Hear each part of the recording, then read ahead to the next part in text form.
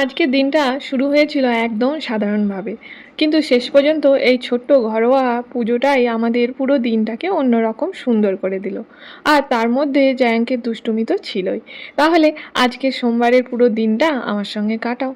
সকালবেলা ঘুম থেকে উঠে সোজা চলে এলাম রান্নাঘরে। আজ সোমবার, শ্রাবণ মাসের সোমবার, তাই আজকের রান্নাবান্নাটাও একটু অন্যরকম হবে। আমি উপোস করছি না, তবে পুরোপুরি নিরামিষ খাবারই হচ্ছে। ভাবলাম পুজো যখন করব তখন একটু ভালো করে আয়োজন করেই করি। লুচি, তরকারি, পায়েস একেবারে জমিয়ে যাবে। কিন্তু রান্নাঘরে ঢুকেই বুঝলাম আজ আমার একা রান্না করার কোনো চান্সই নেই, কারণ জ্যাং শুরু থেকেই আমার কোল ছাড়ার নামই করছে না। ওকে নিয়ে একদিকে রান্না, আরেকদিকে রান্নার প্রিপারেশন, সব একসঙ্গে চলতে লাগলো। আজকে আবার আলাদা করে ব্রেকফাস্ট বানাইনি, ভাবলাম একবারেই লাঞ্চ করব। কিন্তু ছোট বাবুর তো আর আমার মতো চলে না, তাই ওর জন্য বানিয়ে দিলাম বেসনের চিলা। ও নিজের মতো করে বেশ মজা করে খাচ্ছিল।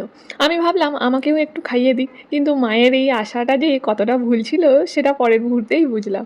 আমি বললাম মাকে একটু খাইয়ে দাও, আর বাবু কি করলে জানো, আমাকে খাওয়ানোর বদলে নিজেই খেতে শুরু করে দিল। মানে খাবারটা ওর, আর আমি শুধু অডিয়েন্স। যাই হোক, ওদিকে রান্নার প্রিপারেশন কিন্তু জোর কদমে এগিয়ে চলছে। কাল বাজার থেকে কাটা আনারসটা নিয়ে এসেছিলাম। এখানে কাটা আনারস কিনলে একটা সুবিধা আছে, বাড়িতে এনে আর সেই ঝামেলা নেই, সরাসরি প্লেটে নিয়ে খাওয়া যায়। আর আনারসগুলোও বেশ মিষ্টি আর জুসি ছিল।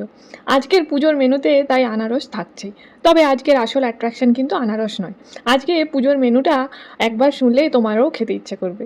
রান্না অনেকটাই এগিয়ে রেখে এবার পুজোর প্রিপারেশন শুরু করলাম। আর আজকের পুজোটা করছে সৌরভ আর জায়াং। দুজনে মিলে আজ পুজোর দায়িত্ব নিয়েছে। আর জায়াংকের এক্সাইটমেন্ট দেখলে সত্যিই হাসি পেয়ে যাচ্ছিল। আমরা যতক্ষণ পুজোর আয়োজন করছি ও ততক্ষণ একেবারে নিজের মতো করে ইনভলভ। কখনো ঘন্টা বাজাচ্ছে, কখনো ফুল নিচ্ছে, কখনো এদিকে ওদিকে করছে। ওর এক্সাইটমেন্ট দেখে মনে হচ্ছিল আজকের পুজোটা যেন ওর কাছেই সবচেয়ে স্পেশাল। আসলে বাচ্চাকে নিয়ে ঘরে পুজো করার মধ্যে একটা আলাদা শান্তি আছে।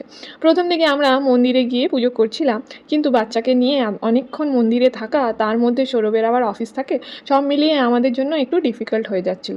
তাই এখন ভাবলাম বাইরে না গিয়ে ঘরেই নিজের মতো করে পুজো করার আয়োজন করি। সময়ও বাঁচে আর মনটাও অনেক শান্ত থাকে। আর পুজো শেষে আজকের মেনু কিন্তু একেবারেই জমজমাট। গরম গরম লুচি, মিষ্টি আনারস, সিমইয়ের পায়েস, পনির আর ছোলা দিয়ে ঝোলঝোলে একটা সবজি, আর একদম শুকনো শুকনো জিরে আলুর তরকারি। সব মিলিয়ে একবারে শ্রাবণের সোমবারের পারফেক্ট নিরামিষ আয়োজন।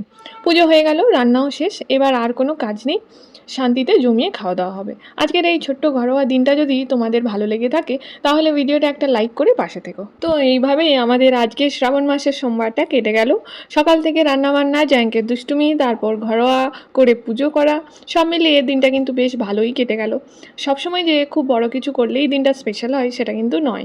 কখনো কখনো নিজের মানুষগুলোকে নিয়ে এইভাবেই ছোট করে একটা সুন্দর দিন কাটিয়ে ফেলাটাই অনেক। আর আজকের পুজোর আয়োজন আর রান্নাবান্না সব মিলিয়ে মনটাও বেশ শান্ত লাগছে। তো আজকের ব্লগ এখানেই শেষ করছি। ভিডিওটা ভালো লাগলে লাইক করে দিও, আর এমন ডেলি ব্লগ দেখতে চাইলে অবশ্যই চ্যানেলটাকে সাবস্ক্রাইব করে আমার সঙ্গে থেকো।